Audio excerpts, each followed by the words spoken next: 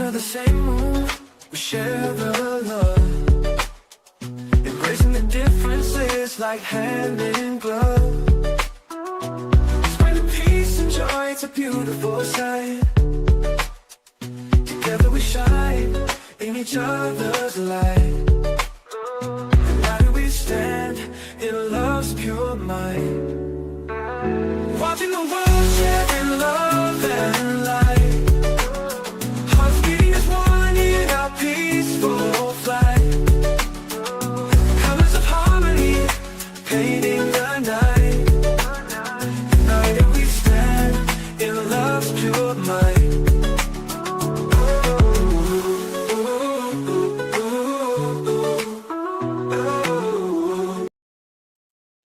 Good evening and welcome to Watching the World. Tonight we take a step back and we ask the question that millions of people around the world are quietly asking themselves right now: what in the world is happening? Across the globe we see troubling signs. People are going missing under mysterious circumstances. Violence and instability seem to be spreading. Nations are positioning themselves for conflict. And every day the headline speaks of wars and rumors of wars. What's really happening? From conflicts overseas to unrest at home to the shocking criminal cases, all of these things have so many Americans and people throughout the world so troubled, and they often feel like we're at some sort of crossroads. But what does all of this actually mean? Is this simply the normal cycle of history repeating itself, right? Are we looking back into the past? Or are we witnessing a moment where the world is shifting in ways that we just can't ignore? How could you ignore this if you have children, right? And even we learned from the case of Nancy Guthrie, whenever you have parents, now you have to keep an eye on them too. Make a list and check it twice, right? Tonight, we're going to take a closer look at the events, and also we're going to take a look at the behavior and the deeper questions behind the headlines that we see every day. Every morning, we wake up to a new story, a new thing to be concerned about.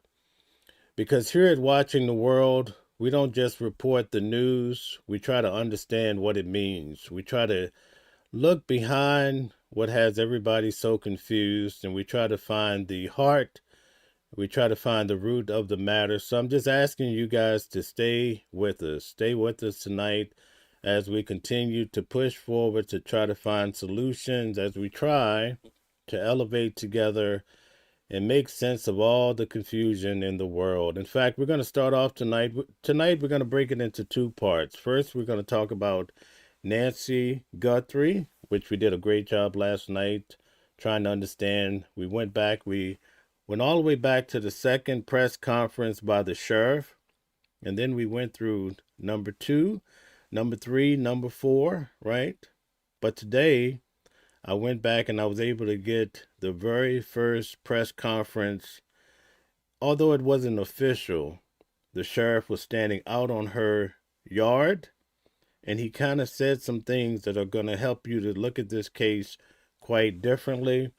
And then after we take a look at some of the ins and outs of Nancy Guthrie's case, then we're going to take a look at the Clintons. As you know, last week I went and covered the Clintons, boots on the ground here in New York, where they actually came for the deposition. I actually saw both of them in person. Quite the experience. Although I'd seen Bill Clinton before, it was the first time that I actually saw Hillary Clinton in person. But we're going to get to this tonight, so stick with us. Last night we went 3.5 hours, but we were really deep diving. Tonight we'll be somewhere between an hour and an hour and a half. That's the typical amount of time that we spend. But let's get started with a new update from the sheriff today in regards to this monumental case. Let's get right to it. Thank you so much. Hit the like button, share, and subscribe as you come in. Thank you. The Pima County Sheriff says a team of homicide detectives and the FBI are working many leads to try and get closer to solving this case. News 4 Tucson's Andrew Capasso has covered this investigation from the beginning. He's live at the Pima County Sheriff's Department with a look at where things stand right now. Andrew. Yeah, Robbie, good afternoon to you. Nice to see you. Now, before we get started, this is Andrew. And when I went out to Boots on the Ground out in Tucson, Arizona, Andrew is the gentleman from Channel 4 that interviewed me. And when he interviewed me, the local people would come over and say, hey, we saw you on the local news. We appreciate you being here. So that kind of helped me really get warmed up to being out in Tucson, Arizona. Not only that, the sun was scorching, so that helped me get quite hot as well, especially wearing a suit. Thank you. This evidence ranges from that DNA collected near the scene to cars, and of course that doorbell camera video from the night Nancy was taken. Sheriff Chris Nano says there are several good leads here, and he is confident in his investigators. So right this second, investigators are waiting for DNA at that Florida lab, that private lab there in Florida. At the same time, dozens of FBI agents are still on the ground here in Tucson working this case. So now, today, more than a month later, we are less in the evidence collection phase and more in the analysis of everything collected phase. The sheriff says it's frustrating to wait. He understands that, but he says it is important and this part takes time. Meanwhile, he says some of the leads investigators have in their hands right now are very promising. Listen to this. We have information on this case that we think is going to hopefully lead us to solving this case. But it takes time. My team can now focus on what's really the meat and potatoes of this case, and that is who it is that was in that video and who took Nancy Guthrie. Okay, so the sheriff says they have information that might be able to help solve the case. That's quite intriguing. I would like to know how soon would this actually materialize. I was out there over a week and I really didn't see any FBI agents. And even today when I'm monitoring different people that are boots on the ground, I do see some vehicles, but not a lot of activity. But we see here from this report, the FBI is still searching and still on the case. So we have to take it for what it's worth. Let's get back to it. So the sheriff standing by his team of investigators, he was asked if he's confident his investigators will solve this. The sheriff saying, quote, absolutely, we will get there. So we're going to continue to stay on top of this. Of course, I've also talked to United Cajun Navy today. They're offering a lot of help and a lot of resources from across the United States, really around the world. We're going to talk to them and hear from more of them coming up starting at 4 o'clock. For now, reporting live at Pima County Sheriff's Department headquarters. And definitely, I want to give a thank you to Andrew. I know he follows the channel. I actually saw him follow the channel, which is pretty cool. But I want to say thank you because before he interviewed me, he said, listen, I'm not going to, take this far left. I'm going to give you a noble interview. And I felt like even though the interview was a little bit contentious because the situation out there was contentious between the big media versus what they call the YouTubers, although we're much more than just YouTubers, I felt like he did the best he could to bring both sides of this story together. So shout out to Andrew. If you're listening, I appreciate what you did. You kept your word to a certain extent. I appreciate that. Now we're going to go back and look at the very first night, February the 1st. We're going to notice what the sheriff actually said occurred in regards to Nancy Guthrie. And keep in mind, this is the freshest interview that the sheriff is going to give because it's actually happening. He's just found out that she's went missing. He's actually talking to the media before a lot of them actually even arrive. And he's telling you basically what he knows. And he doesn't have a lot of time to kind of hedge on what he's going to say. So pay close attention to this interview. I think it's the best one yet. And it helped me to realize what type of case we were looking at, something that I didn't even realize even when I went out there. So this interview, I had to go and dig it up, but I want to share it with you guys tonight. On a search and rescue mission, we hope. But we're looking for a missing person. Nancy Guthrie, I think we sent out a news release to all of you. Came to our attention, we got a call, a 911 call, that Miss Guthrie was reported missing from her home. That call came in around noon earlier today. Our teams came out, our search and rescue team, being supported by our volunteers from Search and Rescue Association, from police are, from Guys, hit the like button, share, and subscribe. Thank you. Border Patrol. They gave us their search and rescue dogs. We've pretty much just thrown everything at this as we can. Miss Guthrie is 84 years old and is not of good physical health. And so naturally that's a big. Okay, so he says she's 84 years old and she's not in good physical health, all right? This doesn't have the best sound quality because he's not in the studio or perhaps in the office, so he's boots on the ground. You could actually hear all the vehicles moving around. Concerns. The scene at the house also has some concerns for us as well. And so that's why we're doing all we can to try to locate her. We've contacted and remain in contact with all of our local area hospital, our medical transport teams. So far, that's proven to lead nowhere. We will continue to search as we are right now with our. So they checked the hospital, transport, and basically it looks like he's lost for words because they can't find her anywhere, basically. Our survey of our air assets, we use drones and our airplane or helicopter. We'll be at this all night processing the house. And then tomorrow morning we'll start again with our search and rescue mission and try to regroup and see what else we can do. Maybe we can miss something. But I don't need to tell you, this is very concerning to us. You don't typically get the sheriff out at a scene like this, but it's very concerning what we're learning from the house, and so we'll just continue. The detectives there, our homicide team is out right now, looking at the scene as well. Okay, so did you hear that? The homicide team is out right now. So immediately on the first day, they're calling in homicide for this event. What is it about the scene that concerns you? You know, I don't want to get into those details. I would just tell you that it's certainly a grave concern to us, just what we see there, and we'll continue to look. So you suspect foul play? So it sounds like he's saying grave concern. He may have said great. It's hard to decipher based on what they saw. So what is it that they had seen? That's the big question, right? I'm not ruling it out. Okay. I think we're all wondering, can you confirm that this is Savannah Guthrie's mom? This is Mrs. Guthrie's mom, yes. And you can't tell us anything about what the house concerns you? We get these calls quite often, missing people. And we do a pretty good job of searching the areas and alerting the media with our media releases. But this one stood out because of what was described to us at the scene and what we found and located just in looking at the scene. So he says they get the calls for these missing people quite often.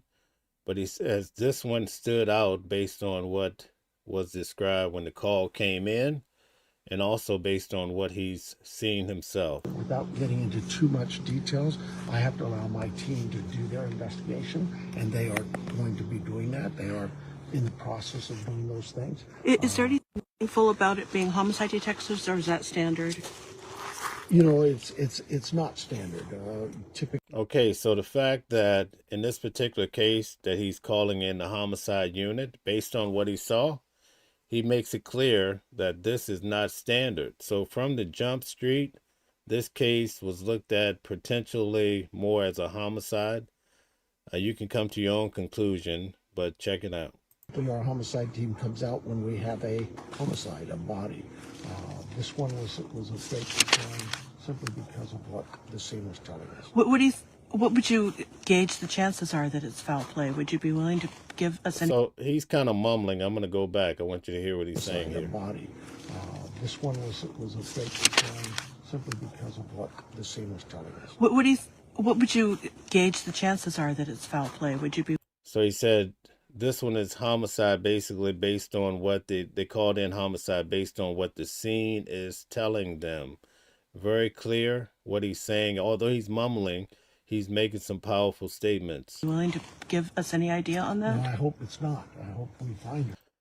JJ said, when is this from? This is from February the 1st. So this is the same first day she goes missing, and the sheriff is boots on the ground in her yard, and you're pretty much getting a synopsis of what he thinks as he's kind of pulling it all together and talking to the media from what I can discern the first time. It's just a few media people there, and they're actually gleaning the raw words right out of the sheriff's mouth.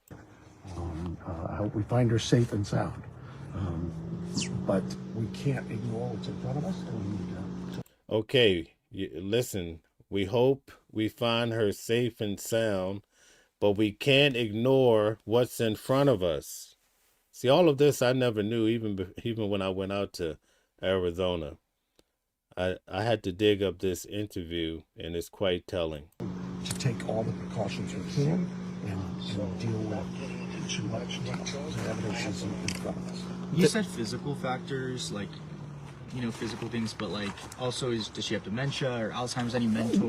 No, she's what's being reported by family is she's very has no cognitive issues at all. She's very alert, very of good sound mind. Just some physical. 84 years old, especially now it's as cold as it is. She has some physical elements that limit. That's right, Animal. Her ability to move around in that. So. There were some neighbors also looking around for Nancy. Are the neighbors looking around? Is that a help to you? Well, absolutely. I mean, we in the immediate area, we ourselves with our dog teams and our search and rescue teams, we'd ask them to stay out of that area. But we certainly understand their concerns too. And if they happen to find anybody or see something, anything, call 911. See, the reason why I wanted to go all the way back to these type of videos is because as time goes on, now you've heard what you thought he said. Maybe you only picked him up at the 4th press conference. Now he's changed his position on certain things. Then also you're hearing a lot from the media. You're hearing a lot from YouTubers. You're hearing so much. And then by the time we process all this information, sometimes in our own minds, we start to add to and take away. So now we get a chance to go back and listen to the hard facts coming straight from the head man in charge, the sheriff. And this is the very first public press conference or statements in regards to this very important case. How cold did it get? Oh, she was missing overnight, I take it? She was. Well, she was last seen at about 9:30, 9:45 last night. 9:30, 9:45. Do you know how cold it got last night? Is that a concern? You know, you guys are going to know Okay. that better. Is that a concern, though? Well, it's cool right now. 84 years old. I'm cold. Yeah. No, it's. So when obviously. she was last seen, a family had dropped her off at home. Is that correct? She was last seen by family at 9:45, at 9:30, 9:45 is what we're. And did they see her in the home? Yes. So that's the key point, right? I think this is the only time you get a clear indication that the family saw her into the home. Now, what does that mean? Did someone walk her in? Did they drive into her garage and let her out? But what we did learn last night by listening to maybe, I think it was press conference number 3, is that it was only a 2-minute window. It was a 2-minute window of time that the garage door went up, right? And then it came back down 2 minutes later. So those are some of the facts that everybody's trying to put together. But the nice thing is we're not getting this from some other media outlet. We're getting these facts from the sheriff himself. And who called in the missing report? The family. You won't. Can you say who? You know, I don't have that name. Okay. And is Savannah Guthrie in Tucson or on her way? She is not here. No. What are some things, like if someone sees something, or like what are some things like people should be watching out for in this case? If maybe you ran into her, maybe she wandered off and you ran into her. If you've seen her or anybody like her, call us. You know, even being of good sound mind, you could have an incident that happen that causes you to lose some of your soundness. But I just would tell you that, look, if you've seen this woman since 9:30 last night at any time, give us a call, let us know. And you said that you've checked with hospitals, and what else have you guys checked with? All of the medical transport teams in the area and hospitals and that. And no sign, no clue.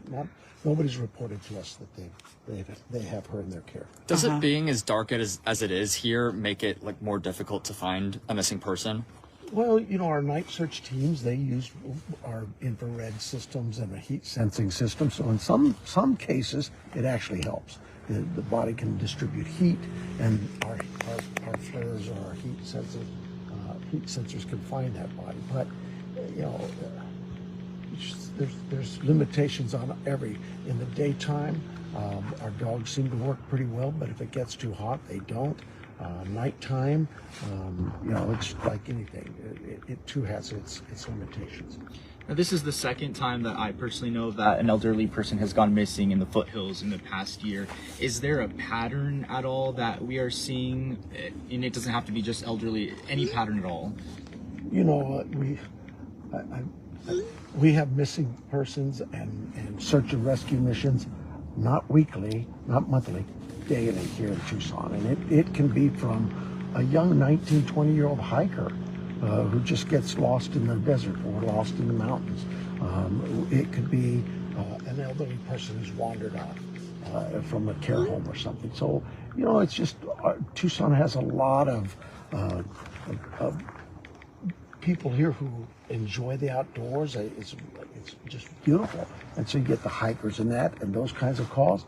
And then, of course, we also have our elderly population. It's a great place to retire.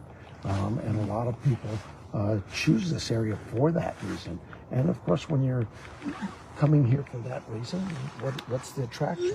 A lot of the great weather we have, there's a beautiful day, the outdoors, even to the elderly. It's just, so our search and rescue teams, our search and rescue volunteers, we could not do this job without them. It is tremendous work for them, and they every day are out here helping us. Can you tell us what the homicide detectives are doing besides being here at the scene processing evidence? Are you looking at acquaintances, friends, family, or? Well, I mean, we're talking to anybody and everybody. I mean, that's what you do. We got to hear from people and talk to them. When did they last see this person? What do they know? Do they have any ideas for us? Is there anything from the evidence at the scene that makes you? So right off the bat, he called in the search, and rescue unit, but also he called in the homicide unit based on the things that they saw. They more or less saw a crime scene. So that's very important right from the very beginning of this case on day one. That's something that I was not able to really pick up in the media a lot, even as different press conferences were developing throughout the case. Think there may have been some random encounter? The only thing I can tell you at the scene is it's concerning to us that it's enough of a concern that we called out our criminal investigation team as well. So, did you hear that? They had to call in the criminal investigative team based on what they saw. It was so concerning, right? This is a different kind of case. I think most people got caught up on the kidnapping, and they kind of ran with that. And then a lot of people, by the time they heard the kidnapping, which was earlier on, they didn't realize that these type of words were actually expressed earlier in the case before the whole kidnapping scenario came into play. Okay. Any aerial surveillance? Well, you don't see it now, but we had our Survey 1, our aircraft. We have our drone systems, our volunteers, their drone systems that have some great technology attached to them. It's early today, our chopper is out here in helicopter. So we're throwing as much air as. So for those of you that are just coming in, he had already stated earlier, this is the very first day. And as you can see, pretty much night. It gets really dark out there. I just came back from out there. First day, Nancy Guthrie goes missing, and this is the sheriff of Pima County, and he's out talking with a few reporters, talking about how whatever they saw, this was a crime scene. It was so concerning that he got homicide units involved, along with the search and rescue. So this is day one for those that are just coming in. Much ground and air assets as we can in this.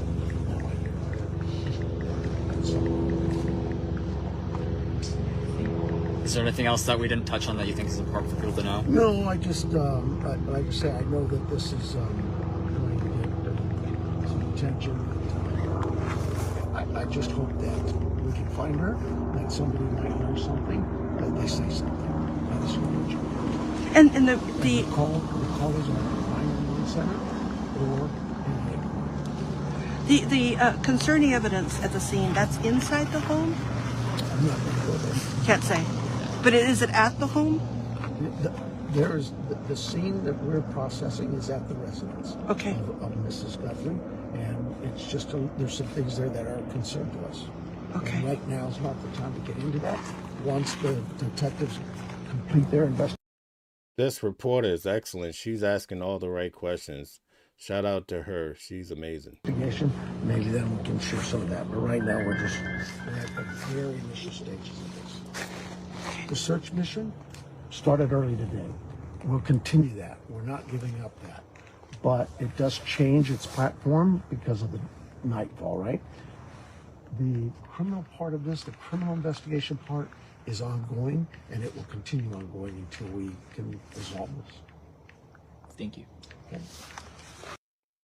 Okay, so the criminal is separate from the search and rescue. He kind of made that very clear. I found that to be quite interesting, to say the least. But now we're going to take a look at today, JLR. This morning, it appeared that maybe someone had hit the memorial outside of her home with the car. I'll let you guys check it out and come to your own conclusion. JLR investigates. Day 31, where is Nancy Guthrie? Someone ran into this memorial. There was all types of flowers all over the road here. That's crazy because she has a memorial in front of her house, Nancy Guthrie, and people have been laying flowers, cards, and I came here this morning, and I'm just going to put... Now, guys, I'm going to pause there for a second. Being that I was just there, I want to explain something to you. Where JLR is standing, it's pretty much the beginning of the highway. I'm at the driveway. And if you were to go straight into, it would go loop around some of the bushes there and go right to her garage. Okay, so the garage is on the side of the house. The driveway loops around and comes out at the other end. And if you notice, there's a lot of gravel there. That gravel, every time the sheriff would pull in, because they were doing security detail, but every time they would change, you could hear the gravel so loud. So that was a big concern. Whoever would have taken her would have to have contend with all the noise from the driveway in the middle of the night. Also, across the street, the neighbors across the street, the house sits up higher. So it might be possible at night to look out from that neighbor's house. And if the light is on, you possibly can see activity and things going on because you're sitting at an elevated point of view. Also, when we would walk on the gravel just by the edge of the road there, you could hear every step because of the gravel. So I'm just trying to help you to understand the layout. So just beyond JLR, where the driveway curves to the left, that loops around in front of her front door, comes back to the street. Okay, you see it kind of wise out. So up to the far right corner, that loops around like a backwards F, I would say, and it goes right into her garage. And her car was found in the right side of the garage, right? So if she was dropped off, I would imagine the person that dropped her off would have driven her into the driveway, Typically, people enter from the right side. That's typical, right? But anyway, they probably would have driven her into this far right corner to her garage, because the sheriff, and I believe it's press conference number 3, says that when she's dropped off, they know because the garage is detailed and they have the timestamps, and they know that the garage door was up for 2 minutes. All of this is very important to know. But at any rate, we're going to focus a little bit on what JLR is saying, that over the night, last night, someone, it appears maybe they had driven into this, or maybe someone threw it out. But keep in mind that a lot of people are not there anymore. They do have cameras up. The last 2 over, but somebody like literally in there and ran it over, and all these flowers were all over the place this morning. It's crazy how someone ran into this. Maybe because they can't see, because it's pitch black out here at night. The flowers were everywhere this morning, so I'm going to kind of like put them off the road, which I've been doing. Some of the flowers are ripped. I was actually there for over a week, and while I was there, they had up the cones for the barricade, which has made it very tight to drive in between the barricades and these flowers. And while I was there, I never observed that the flowers had been tampered with. So now that the road is clear, to say that someone would just run into it, I think that's being kind, because it looks like, as JLR is saying, someone could have done it intentionally, although we don't know. Annie left this card yesterday when she came to the house with Tommaso and Savannah. But man, be careful when you're driving out here. I'm sure people will go off the road. There's no lighting here. Maybe it was purposely done. Who knows? Let's talk about the case right here. I'm going to spin the camera around. It is. Okay, so that gives you an idea. I just wanted you guys to focus on that brief point. That's happened last night, so we'll keep our eyes and ears open to see how that develops, if it happens again. But it is quite interesting that something like that would happen.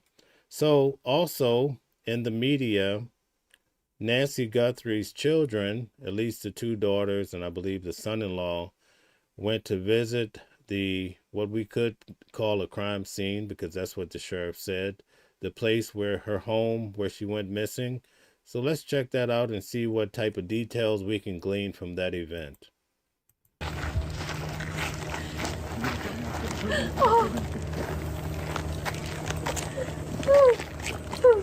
I'm going to go back a little.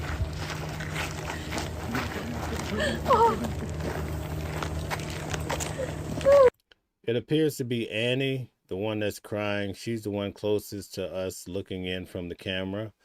That appears to be her husband in the middle.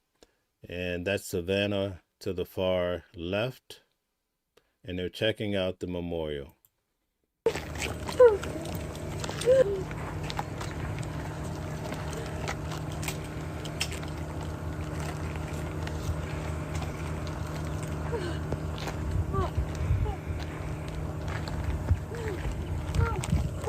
And this was captured by Brian Enton from News Nation. He's been out there pretty much the entire time, boots on the ground, does excellent work.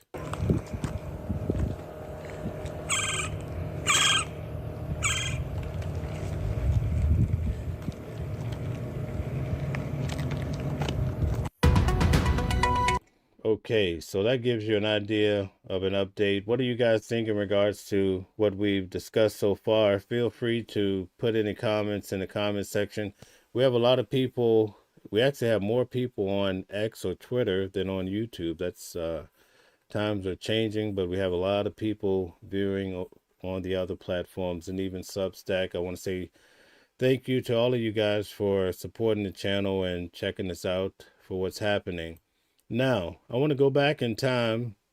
There was an incident where a mother and I believe 2 sons were detained by the authorities. This happened back around, I think it was Friday the 13th of February. And so a reporter has had the opportunity to interview the main target of son and the mother. They were let go, and I understand that his vehicle came back to him as well. But we're going to take our time and listen to his experience as to being detained, why he was detained. He's going to declare his innocence. A lot of people are still saying he looks just like the individual that's in the video that we kind of broke down last night. So let's take a few moments and listen to what they have to say in regards to the experience, okay? And guys, hit the like button, share, and subscribe. Many people have believed that you are the person on the surveillance video, the abductor, the masked person. Is that you? It's not me. I don't see the resemblance of it looking like me, but absolutely not. I have nothing to do with this case.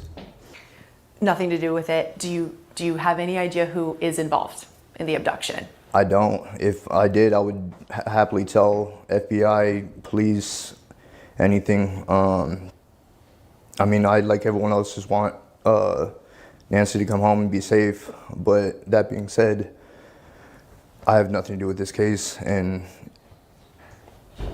that's it. Explain to me what happened on the night you were detained, where you were, you're with your car. How did that unfold in your eyes? So I was driving home. If you go to X, formerly known as Twitter, there were so many people that basically had matched up this guy to the actual photo or the video of the person that actually was coming into the frame. The person they believe took Nancy Guthrie.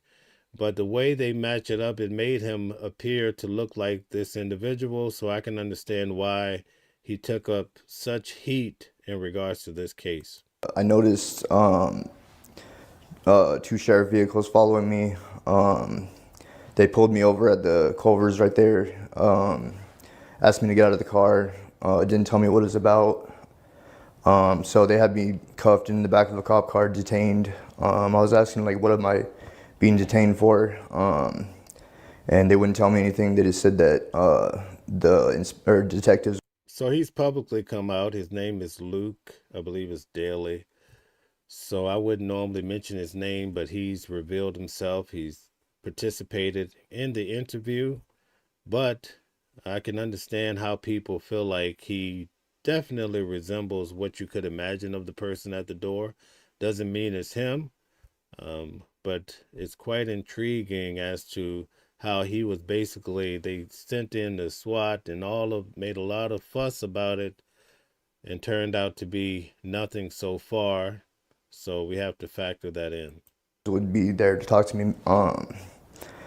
And once I saw like FBI and all the other cars start pulling in, I'm like, oh, this is probably about the Guthrie case. I'm like, this should be easy. Like, I have nothing to do with this, so it should be not a big deal to clear my name and move on.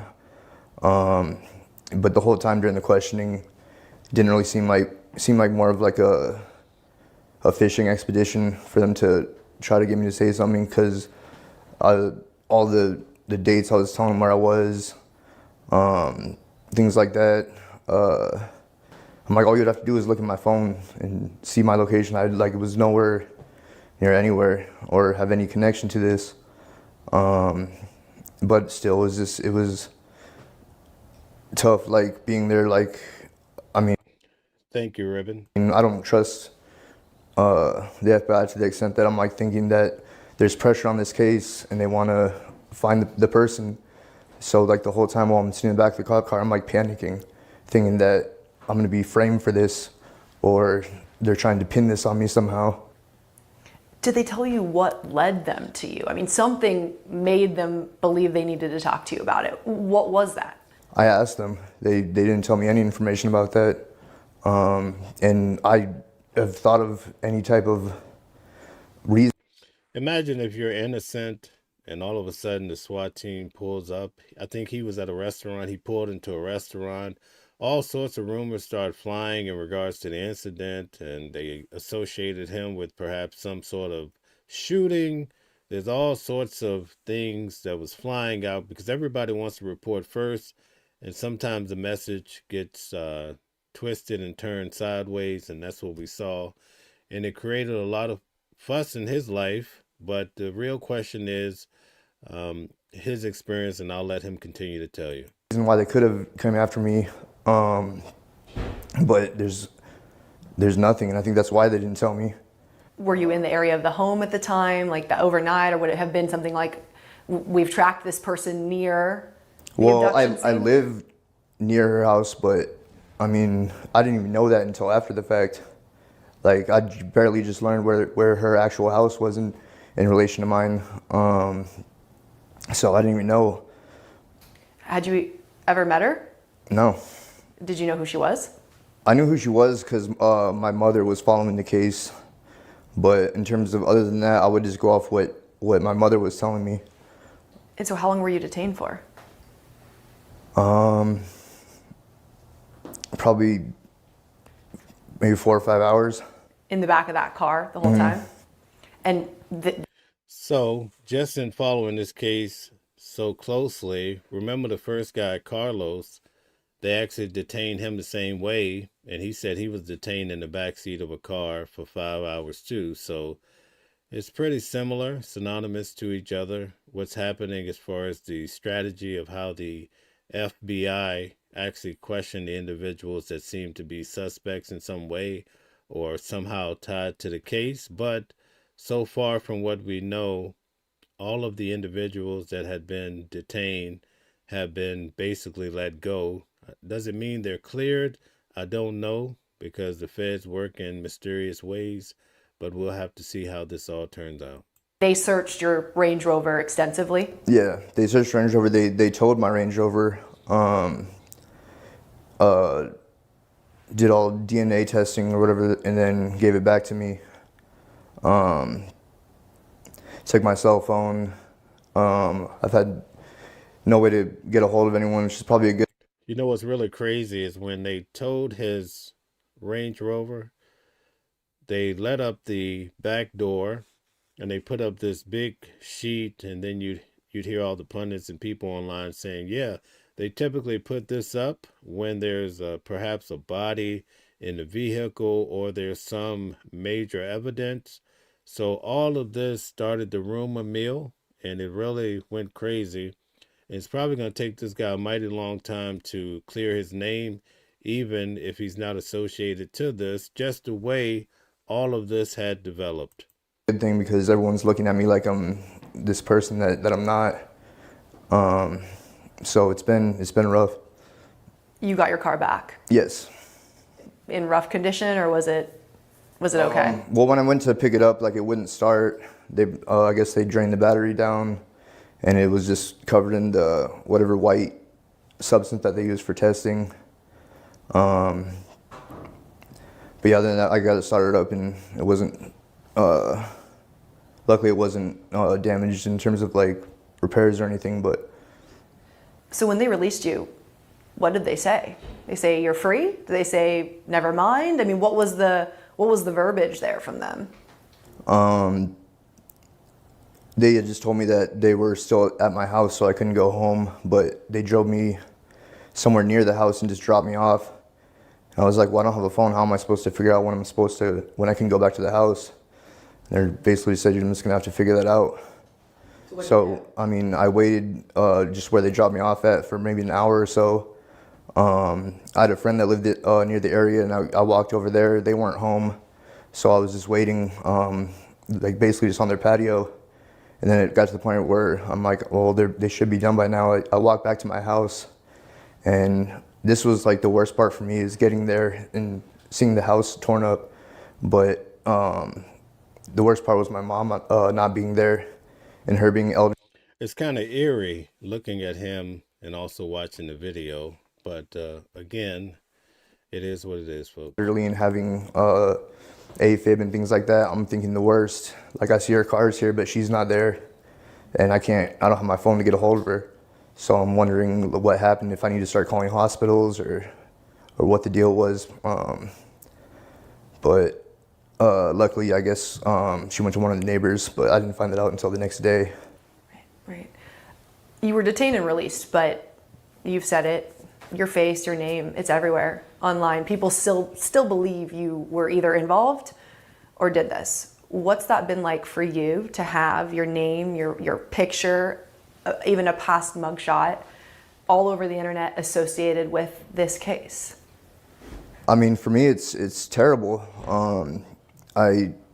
It's hard to go anywhere, and the hard part is they're making all these assumptions based on things that have absolutely no relevance, and they're just bringing up my past, which I haven't. I mean, I do have a past, but nothing violent or anything like that. All my past has just been involved with using drugs, and I haven't been in that life for over 2 years now.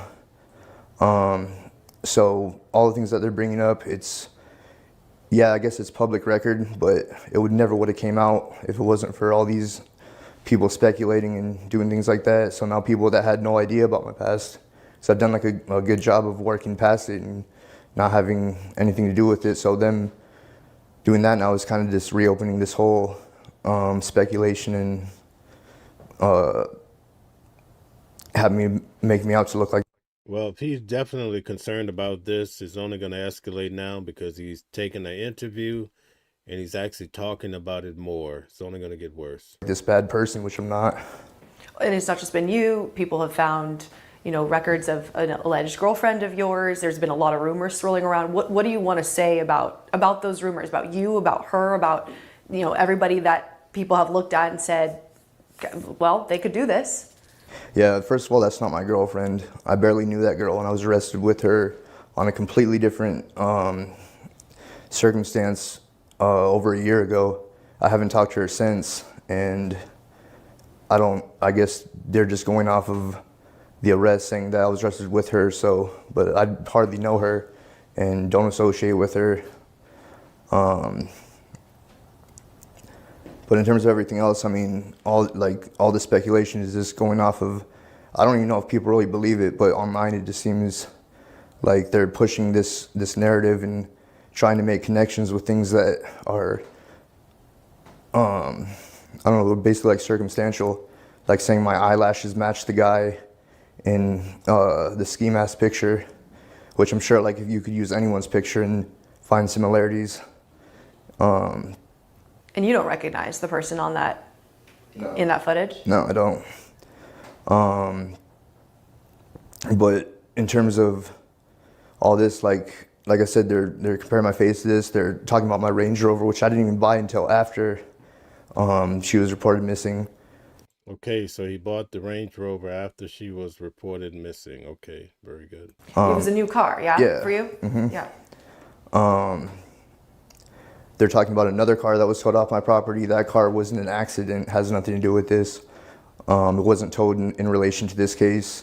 It was being towed by the insurance company Guys, take a moment, hit the like button, share, and subscribe. Thank you very much. To assume if it was totaled or not. So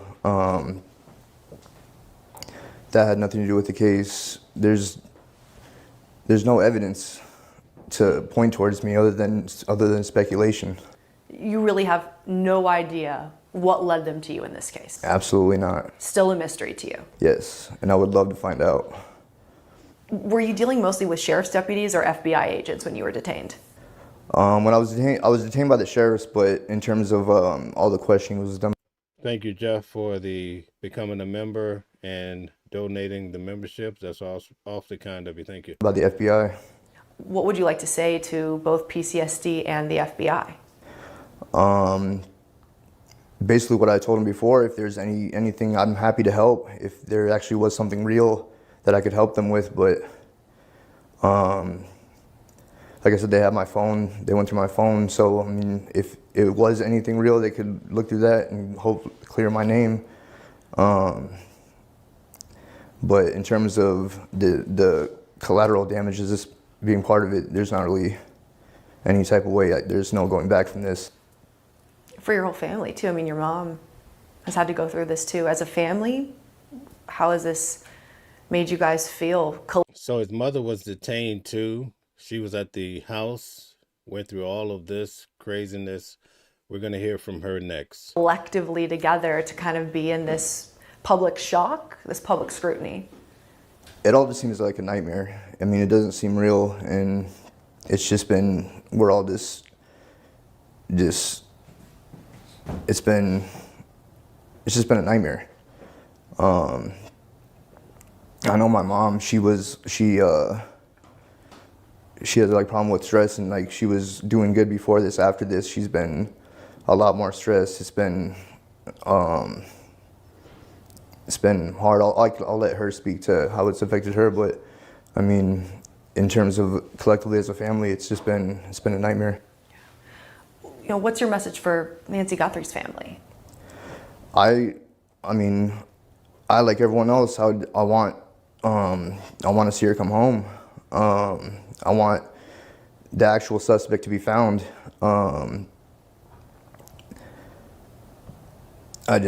I think it's really unfair to them to give them false hope by going off whatever they went off to have this huge investigation and raid happen.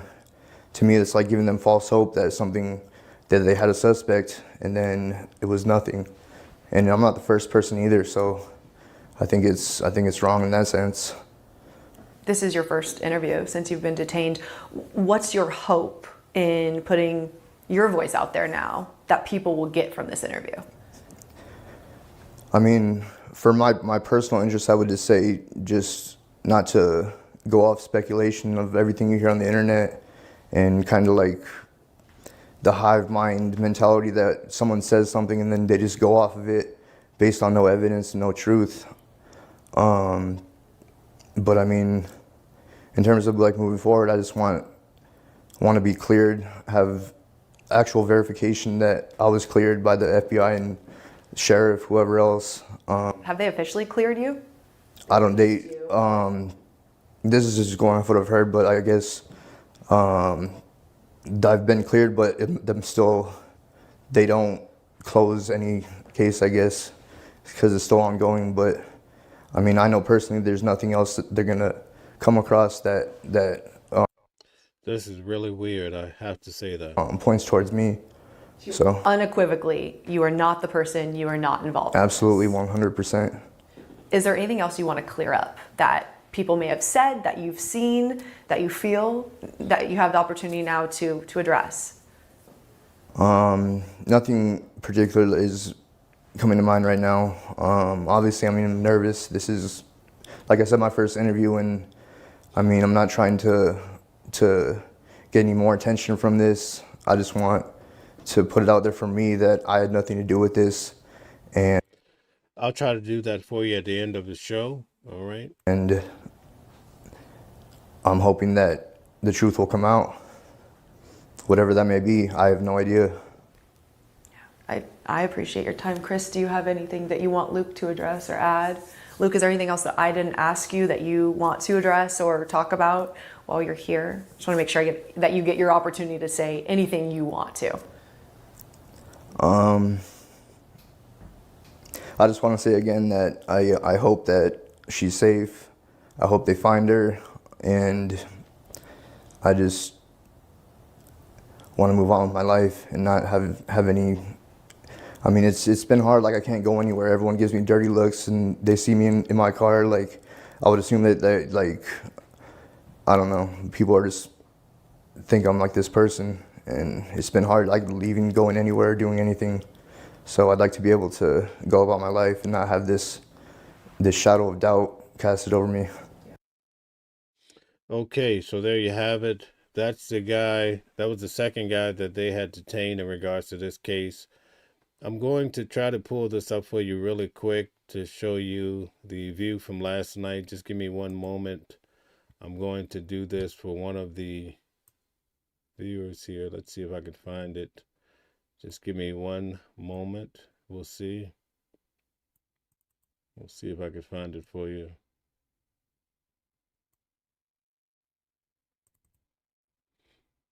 Okay, let's see if we could find that for you.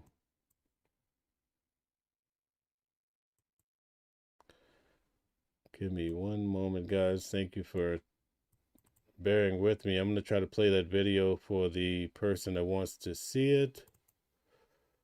Okay, so I'm going to let it play through, and pretty soon you're going to see a still frame to show you what the guy actually looked like, and then you can come to your own conclusion. Then we'll go back to the frame with the young man that just did the interview. So as what you're seeing on the screen is the person is now trying to find some sort of plants to cover up the camera. At least that's the way it appears. I'll go ahead and break this down, this part here. Since we're here again, you see the individual that allegedly took her, right? I guess the authorities at this point, it makes good sense that this person took her. You see they have a bite light in their mouth. You could also see where they have on a backpack. And as this moves, I'm going to move it a little bit. You can see the reflectors on the straps on each of the shoulders, okay? All right, so keep your eyes on those straps that are reflective and also the light inside the mouth, okay? And notice this is the person's left hand. And so this person's entire being, it appears, is over to the left of the frame. You start to see this light coming down. You see that light come down? A lot of people are saying this is an additional person. I've seen cell phone. I've seen it could be a part of this plant that's curving maybe. So many different ideas about, is this a reflection from the light in the mouth? Or is this light that's moving, is it from somebody, an accomplice? That's the idea. We're going to play it one more time so you guys can get the gist of what's happening. See that? See how this light is coming down? The person in his entirety, it appears, is over to the left, looking head on into the frame. But why is this light or reflection coming down? That's what the big debate about is online. Let me show you again. You see, his head is over here. It can't be the straps on his shoulder. The hand is extended, trying to take care of this camera that we're looking through. The hand comes down, boom. So you can see the person's trying to somehow deal with this camera. And then you see this light here to the right come into the frame. Is it a reflection from a plant, or is it a cell phone? Some people say it's another flashlight. So many different scenarios. But at any rate, I'm showing this video because someone had requested, let's see, that cone had requested to see what the person looks like. So I think this is going to be the best frame here. Right there. So that gives you an idea. We'll go back one time here. They're trying to say, basically, this gentleman that we just heard from, or the guy we heard from, he was basically held and interviewed by the FBI because he looked like the person. I mean, that's all we know. So that's probably going to be the best shot that we have in regards to this. For those that are trying to make some sort of comparison of head shape or facial features. We also, there you go, that gets a little bit closer. All right, so let's see. Okay, that's a good shot right there. Okay, that is a very unique head shape, I must say. Very few people have a head shape like that, but let's see. And obviously there's no sound to this.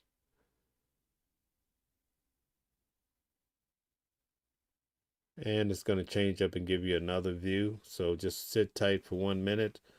We're going to be able to see the eyes and some of the eyelashes and perhaps the eyebrows. So we're going to get to that now. And you can kind of get a little bit of the features here. But after this, it's going to give us a different viewpoint. So this steel frame right here, they're saying it's from a different day. Perhaps the same individual, but some are trying to associate it with January the 11th. And now we see the person. This is a steel frame to give you an idea of the person's makeup. And I think we're going to get another steel frame that the person, here we go. So this is your frame. If you want to do a comparison, this is going to be the best frame of the night to have a comparison to the gentleman if that's what you're trying to do. So I hope this helps you. That cone for what you were seeking. I'm going to go back now to him so you can get one more shot and maybe Okay, so here you can also see the eyebrows, you can see the eyes, you can see some of the mustache and so forth, right? Look at the eyebrows, very distinctive. A lot of people say it's a woman because it looks like, they say it looks like the eyebrows have been trimmed. Typically men don't do that, so I think people say, oh, this looks like a female. It's a little bit too spiffy for a man. Okay, so there you have it. So bear with me. I'm going to go back to that video. And so you can have your comparison. So give me 1 second here. I'm adding that for one of the viewers. Guys, give us a like, share, and subscribe. You see, we're trying to make it all come together. Many people have believed The Guthrie case. Okay, so there you have it. I don't know what conclusion you'll come to, the cone, but that's what you had requested of me. I'm glad that we were able to make that happen. So we had the entire interview for this gentleman or this guy here. But now we're going to have a chance to hear from his mother and her explanation of what happened that night in accordance to the FBI. For those of you that are just coming in, the man that's on the screen, he was the second man that had been detained by the police officers. I think he had pulled into the Culver's restaurant. I had actually live streamed from there when I was out in Arizona. But he is really taking on a lot of heat online because a lot of people say he looks very similar to the person I just showed you in the frame. So now we're going to take a look at what the mother has to say. your son. Yes. You were Nancy Guthrie's neighbor, pretty close by. And guys, quite frankly, I don't see anybody online giving you these type of breakdowns to give you the general synopsis of what's happening with these cases. So please give us a little support with a like, share, and subscribe. We thank you tremendously. And if you really like the channel, turn on your notifications so that you know when we go live. Every day at noon Eastern Standard Time, I have news at noon. And then at nighttime, when we're not interviewing some attorneys or law professors, people with certain specialties, I do these type of deep dives when I'm not traveling to go into court to cover cases like Sean Diddy Combs, Donald Trump, Nicolas Maduro, Luigi Mangione, Harvey Weinstein, L.A. Reid. I've covered a lot of different cases, but also traveling out to Arizona for cases like Nancy Guthrie to give you the boots on the ground perspective about some of these very important cases that are very monumental in our country, and it's nice to get the inside view. I didn't realize that. You didn't know that? No. So did you not know? I knew it after everything happened. But otherwise, who'd heard of her? You hadn't met her? No. Okay. No. Okay. So you hear that she is abducted. She goes missing. And I assume your first thought when you hear this is, oh my gosh, somebody, I mean, this is crazy and it's nearby. Were you following the story, following the case? Totally. At that point, to see if they could ever find her, you know. And, you know, Savannah grew up in Arizona and, you know, her family, and we watch her on TV. So it's sort of like, you know, she comes into our living room and tells us what's going on. So it's, you know, it's very emotional for me. I mean, I'm old and I'm not used to this kind of stuff at all, but I have a lot of empathy and pray. I don't have a lot of hope but that the family continues on, and it's, you know, huge loss for all of us, actually.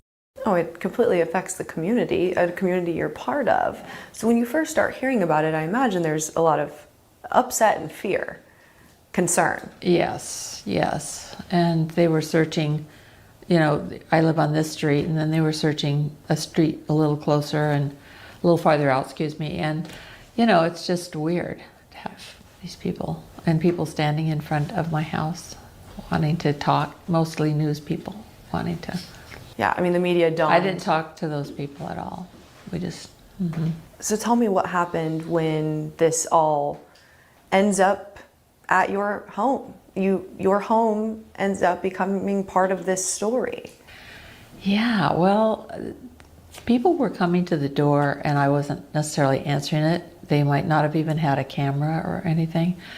And then this one, late afternoon when they came in the big SWAT vehicles, pulled into my driveway and said they wanted to, they wanted to see anything that could link anything. I said, well, yeah, go ahead.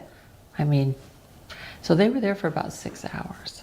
And I was in the SWAT vehicle, and they went through my house and went through everything and tore everything, broke my... If the door was locked, they would break it open to go see what was in there. There really wasn't anything in there, but, it was pretty upsetting.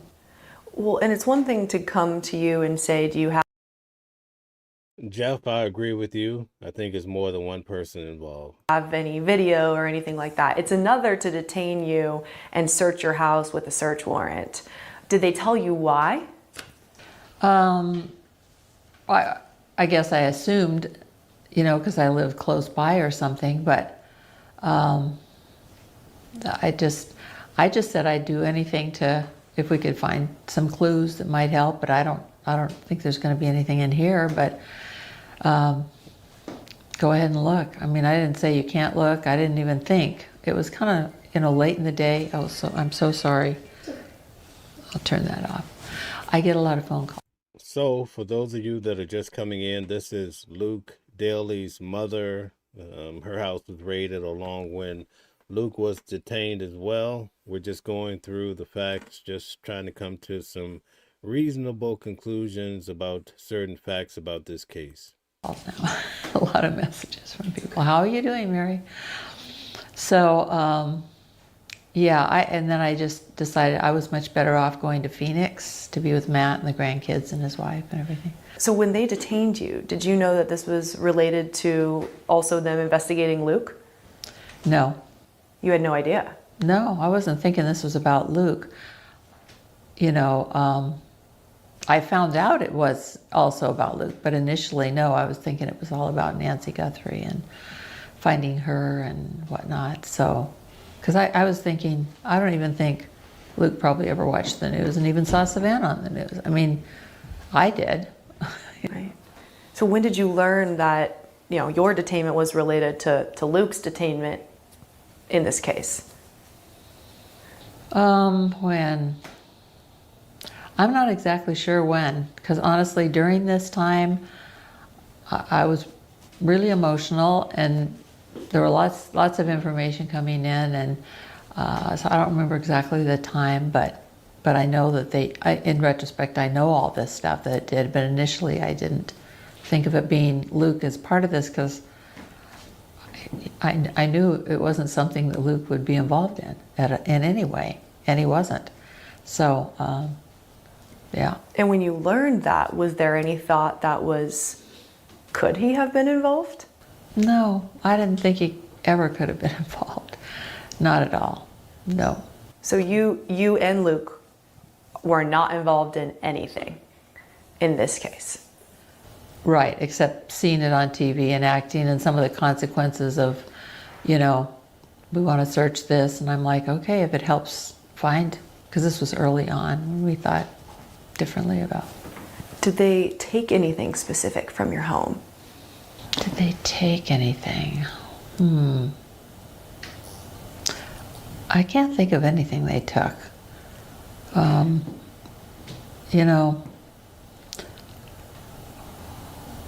can't think of anything. And did they eventually... I might think of something later. That's I hate fine. to say it, but yeah. Did they eventually tell you that they were searching your home in Thank you, Melanie. relation to this case? Or did you this whole time think they're just looking to see if I have any surveillance video or anything like that? Like, where did that shift happen? They didn't give me a lot of information, but I just assumed, and I said, well, if it's, like I said, if it's something that might help us find her, then go for it if you think there's anything in here, but I don't think there is. So, yeah. Did you ever suspect that Luke might know who was involved? No, Not at all. no. Mm-mm. So you guys were basically both detained for hours. You were questioned. Your property gone through, and then released, but with not a lot of explanation as to why. Well, I guess they just said they could do, I didn't want to stop if it might be helpful. But I had no idea when, I thought they'd maybe come in and look around for an hour or something, poke around and, but.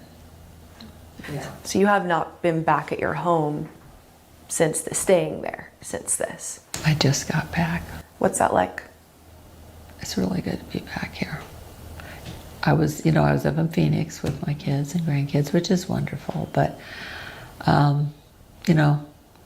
we built our home and lived there a long time. And Matt's grown up in it, Luke's grown up in it. They're, so it's, it's home. So I love being there. I'm glad to be back, and it's nice to know that Luke's there and, with me.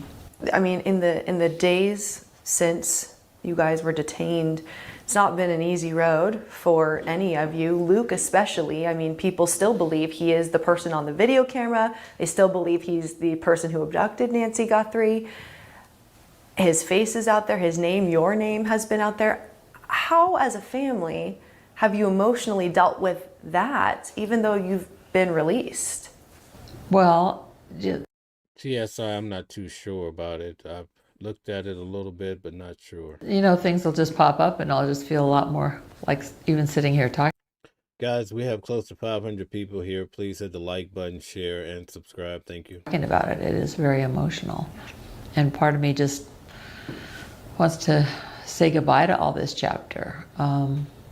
So hopefully this interview will help kind of have some closure for me and for everybody else who's felt the impact, because this has been a huge impact, not just here. I mean, all the family from Rhode Island called right away and said, wow, look what's happening. I mean, I was like, oh my gosh, I don't really do Instagram and TikTok and all that stuff. I'm not the right demographic. I don't spend my time doing that, But Luke's on it.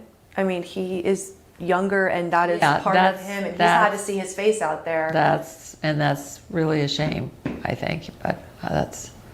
So we did this whole experiment, and you guys had me go back and play the video, and you also had a chance to see the young man. I'm just curious. I don't see anybody commenting about the playback of him and also the video. Tell us what you think in the comments. I was shocked about all of that. That was an education for me in terms of a way of communicating and things people like to do, like younger people, not older people like me. Yeah.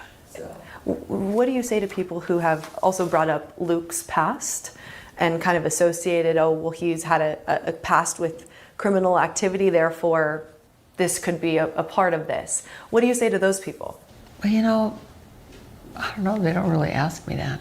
My friends, I have a really good group of friends here in Tucson, and they never really questioned me about that stuff. And if they thought they didn't, come up and say, well, could he have done this? And they didn't, probably out of respect, because they don't know, and I didn't know what all was going on sometimes. But I knew this wasn't. Luke's had other issues, but this is not the kind of thing that he had a problem with, and he's doing well now, and we're all kind of in the recovery mode, if you know what I mean, trying to get our lives back and get back to normal again and all that stuff. For your family, it's been tough. For the Guthrie family, it's been tough. What is your thought process trying to relate to the Guthries themselves going through this, but in the most awful way, in that they've lost Nancy and there's still no answers? Really, mostly I pray. Yeah. And they've asked for prayers?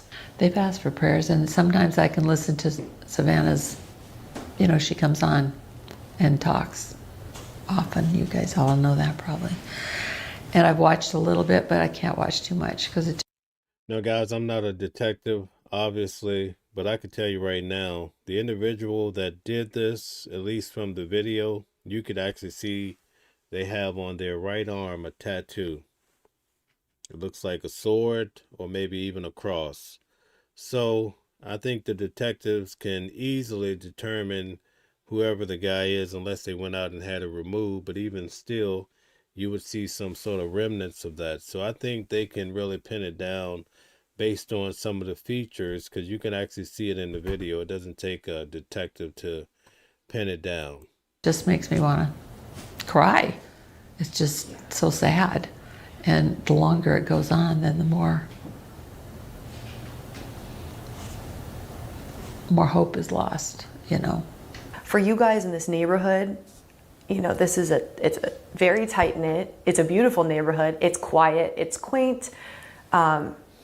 To have this kind of onslaught, the media spectacle, and then to become where you are, does that change your perception of how safe home feels? Well, I feel safe in my home now. I didn't for a while, that's why I went to Phoenix. I have wonderful neighbors that live right next door, and we're in this little cul-de-sac together, and that's where the SWAT team came up the cul-de-sac and stuff. But I mean, I stayed with them some of the time. A couple nights I stayed over at David and Margaret's house because I was uncomfortable, you know. So, yeah, I just never thought in my life I mean, who would imagine something like this? It was so much sadness. And I want to say global, but certainly our whole country, but it goes farther than that probably. Oh, it really does. I mean, the way media is today, I mean, I grew up in a different era, as you know. So it's amazing how things spread. So what do you want to say to the Guthrie family, especially for you and your son, if there was any possibility they still believed you guys could be involved? What do you want to say to the Guthries? Savannah, I am just very, very sad and sorry about Nancy, and I pray for you and your family that you heal, that you can go back to your normal place of life and resume and build with your family and your children and your husband. But I know it's going to be a challenge, but I'm going to keep praying. Mm-hmm. And you want them to know no involvement from you and Luke? No involvement from Luke and I, no.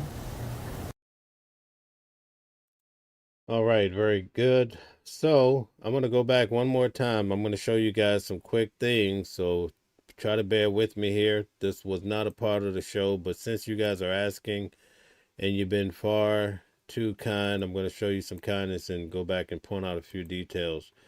So pay close attention. We're going to breeze through this. I'm going to try to show you. I may have to take myself out of the frame so that you can see it much bigger, but let's see if we can make this happen. Bear with me, guys. Now, I want you guys to pay attention. Now, on your cell phone, you should be able to stretch this out to see more details.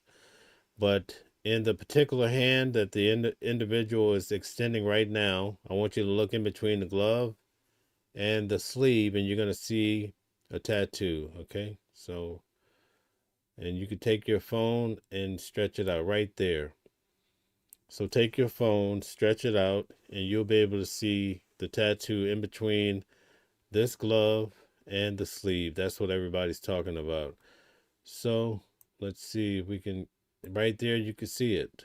There's a tattoo, okay? Right there, that's even better. Okay, so in your free time, all you have to do is go back and look at this and you'll get a better idea of the tattoo. Okay, so there's the tattoo for your own personal time. But you can get a good idea. You can see like a handle from a knife or a sword. Some people say it looks like a cross. Actually, you could see where the handle, oftentimes in a sword, it's like a cross. Whatever it is, there's a cross in it, okay? So just go back in your free time and check it out. I'm going to show you something else here. So just bear with me here. Okay, right here. I'm going to show you something here. Let's see if I can get it to come up here. Okay, you look at how long the nails are. This is what people were pointing out last night.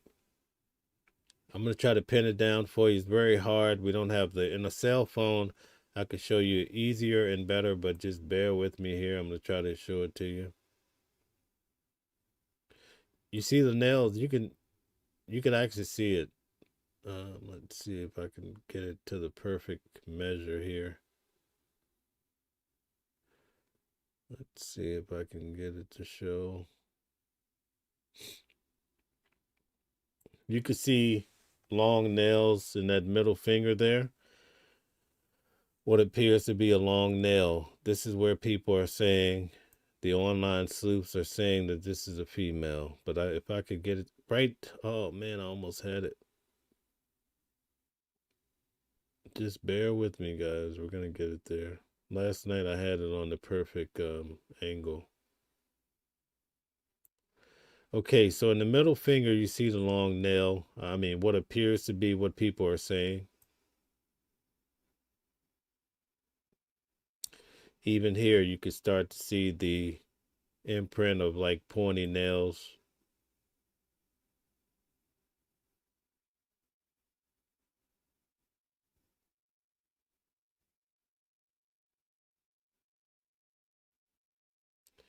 I think it's going to be somewhere right here. Okay, so you see that middle finger? It's more definitive there. Look at the fingers on the glove. But last night we got it to the perfect point. We may not be able to do it tonight. See there? Different angles, you start to see the fingernails along. Not to say men don't do it nowadays, but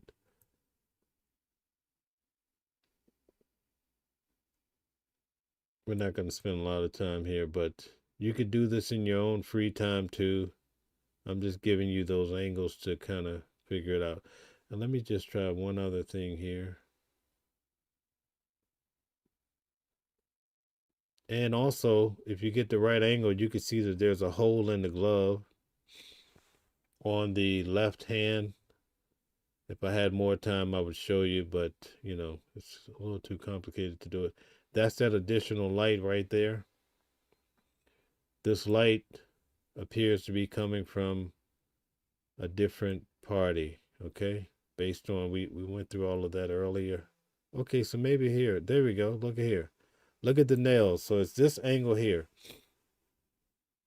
Start focusing on the fingernails inside the glove, okay? Somebody pointed this out last night. See that? They're trying to say that the nails are long. This is what someone pointed out last night.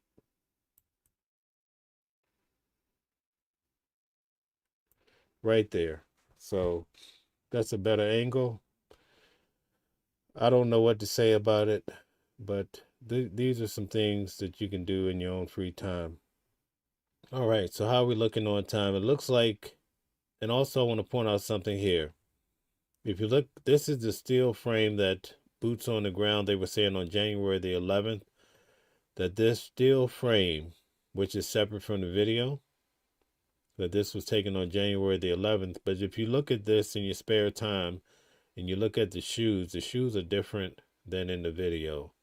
This person has on two-tone, maybe black and white shoes, but the top half, almost like even if it's high tops, the high top area would be dark or something like that. But just do a comparison and you can come to your own conclusion about it. Red Hotness says those are long fingernails. Yes, someone pointed it out. Even if you look at the moon from this steel frame night, or you could look at the sky in the background, it's quite different than the video. Okay, so there you have it, folks. We're going to move on. I wanted to cover also the Clintons, but it looks like we've used all of our time tonight on Nancy Guthrie. So perhaps I'll come back on and do a separate show with the Clintons. What I'll do tonight, we'll just do a brief snippet from Hillary Clinton, and then we'll do a brief one.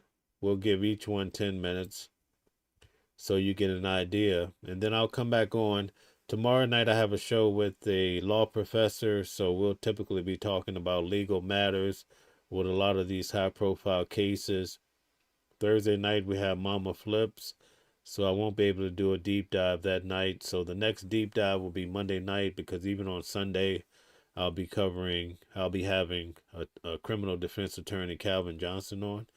But let's just go through, we'll get a taste of what the Clintons had to say for the deposition that I was boots on the ground for. Let's get started. Ask the question. I'm going to answer your question. Now you're going to This yell at was me? what I spent You're my going to yell at me. time doing. I'm a survivor trying to look out for other survivors, trying to and get to the I bottom was of it. taking care You of waited the 6 people months who to lost get here today. 3,000 6 months, lives. and now- Yield to Ms. Nice. Thank you, Mr. Chairman. Madam Secretary, thank you for returning this afternoon. Secretary Clinton, is your husband someone the committee should investigate? My husband will be here tomorrow. You'll have a chance to ask him questions. So my question is your husband someone this committee should investigate? Asked and answered. Apparently you are. You've subpoenaed him. He's going to be here tomorrow. In your testimony before the break, you discussed why you believe President Trump should testify before a committee due to a, quote, pattern of behavior, end quote. You testified that a pattern of behavior warrants accountability. So I want to make sure I understand your standard correctly. The pattern of behavior you describe includes being held civilly liable, indictments, sexually deviant behavior, correct? Yes. In 1998, your husband was found civilly liable for sexual misconduct with Paula Jones and settled for $850,000. Is that correct? Yes. By your standard of pattern of behavior, should your husband testify before this committee? He is testifying tomorrow. On December 19th, 1998, President Clinton was impeached on charges of perjury and obstruction of justice, which directly related to his extramarital affair with Monica Lewinsky. Is that correct? Yes. And your husband was impeached for perjury related to sexual behavior, correct? I didn't understand what you said. Your husband was impeached for perjury related to sexual behavior, his sexual behavior. He was impeached for several reasons, and then was acquitted in the Senate. And your husband flew on Jeffrey Epstein's plane 17 to 26. So guys, I was boots on the ground for this event last week. I was there. This happened in New York. So I came back from Tucson, Arizona in time to be able to cover the Clintons. So on Thursday, Hillary Clinton was there. She was deposed. They had the big fuss because someone took a picture of her. It leaked out. They paused the event. But by the end of the day, we were able to finish out, and she completed with a speech. I recorded a lot of this through live video. You can go back and check it out last week, Thursday. I recorded a lot of the representatives like Comer, Garcia, and so many others. Just go back and check it out. Then on Friday, I covered Bill Clinton, which you can go back on Friday and see that as well, too. You could really get an idea of what happens on the outside. You get to see all the reporters and how they're just all day long doing their cycles and reporting live right there, boots on the ground, putting on makeup and doing everything. It's quite fascinating to see people really doing great work just to get the facts out in a quick manner. 6 times, correct? He made several trips with different legs on the trip, as I recall. But he flew on Jeffrey Epstein's plane Yes, he 17 to did. 26 times. Mhm. Were you aware that Secret Service was dropped on some of those flights? That is not my understanding. Where they were not on some of those flights? That is not my So understanding. your understanding is that Secret Service was on all of the flights that President Clinton was on? That is with my Epstein? understanding. By this standard of behavior, multiple credible accusers, including Juanita Broderick, who alleged rape against your husband was disbarred in Arkansas, lost his law license before the Supreme Court, flew on Epstein's plane dozens of times, visited Epstein's island. That is not true. That is absolutely untrue. Well, there's documentation in the DOJ files. I'm not sure you're aware, your attorneys have told you, but Jeffrey Epstein told one of the victims to lie to investigators, to lie that Bill Clinton was ever on Epstein Island. I can provide that document to you. We would like that document, please. Okay, Yeah, counsel, I can do because that. actually the files say just the opposite. Epstein himself denied he was. These are FBI notes from an interview with a victim, and I can get you the victim number and the case number and the files. These are notes from a 302 If interview. you'd like those, are you going to provide those now? I don't. That's not my line of questioning. She brought it up, but I have a I'm document. sorry, I can get to you're you. making a representation as to the facts. I didn't enter anything as an exhibit. But it's factually inaccurate. No, I can give it to you later. I can go find the document, make copies of it, and give it to you this afternoon. Thank you so much. Okay. By your standard of pattern of behavior. Guys, hit the like button, share, and subscribe. It helps the channel grow. Thank you. According to documents released by the Department of Justice, your husband appears in photos in swimming pools, hot tubs, aboard Jeffrey Epstein's private plane with unidentified young women. We came here today and told this committee, you told this committee. Also, I just want to mention to all the people that are viewing on X, formerly Twitter, and also on Substack, feel free to come over to YouTube. That's the base of the channel, Watching the World 777. We would love to have you guys here too. That a pattern of behavior demands accountability, correct? I said that I believe the committee should call anyone who had a substantial pattern and practice of contact with Jeffrey Epstein and his crimes before they came to light. Does that include your husband? And after they came to light. You're going to have a chance to question him tomorrow. So I'll ask you again, by the standard you just set, in your own words just now, does this standard apply equally to your husband or only President Trump? I have said that my husband has been subpoenaed. He will appear. He will answer your questions to the best of his ability. But there is no evidence whatsoever of any connection with Jeffrey Epstein's crimes. And I think that that will be obviously apparent in the questioning. What makes you so sure of that then? I mean, he's photographed. Objection with, is to speculate on something that's not Yeah, evidence. it is so speculative. I mean, swimming in a pool, sitting in a hot tub, there are millions of people who do that without any improper behavior or certainly committing any crimes. So do you think most of the men are like your husband that did anything wrong by were they being surrounded by young women giving them massage? For those that are coming in asking questions, they're questioning her in regards to the Epstein files and was there anything nefarious done. Basically, they're trying to get at Bill Clinton to see what's happening. Next, we're going to have Bill Clinton. We're going to see his response for some really smoking hot questions, so stick around for it. On Jeffrey's private estate or private plane, are they all innocent then? You know, you are making assumptions in your questions that have not been proven and I don't believe are provable. Okay, why did you wait 6 months to have this hearing today or have this testimony? You know, I've answered that. I thought that given the way that other witnesses who were subpoenaed at the same time were being treated, that there was an unfair treatment of both my husband and myself. And I thought that, especially from my perspective, I had very little, if any, information to provide you, and that I could have done it in a sworn statement and you could have moved on to depose somebody else who might have more information that would be beneficial to your I have two more questions, then we're going to pass it to Congresswoman Luna. After Jeffrey Epstein was convicted, did it concern you at all that you had taken a substantial amount of money from Jeffrey Epstein? That's an inappropriate assumption. I did not take a substantial amount of money from Jeffrey Epstein. So far as I know, Jeffrey Epstein contributed to the joint committee that was supporting my Senate race. Which was how much? I believe I was told $20,000. You don't consider $20,000 substantial? I do not consider it relevant to me because I have no recollection that I ever knew that he gave any money to the joint committee. So you didn't talk to your donors that gave $20,000 to your campaign? My understanding of the rules back then is that there was no coordination between the committee and the campaign. So, no, I have no recollection. But that doesn't mean you can't speak to your donors.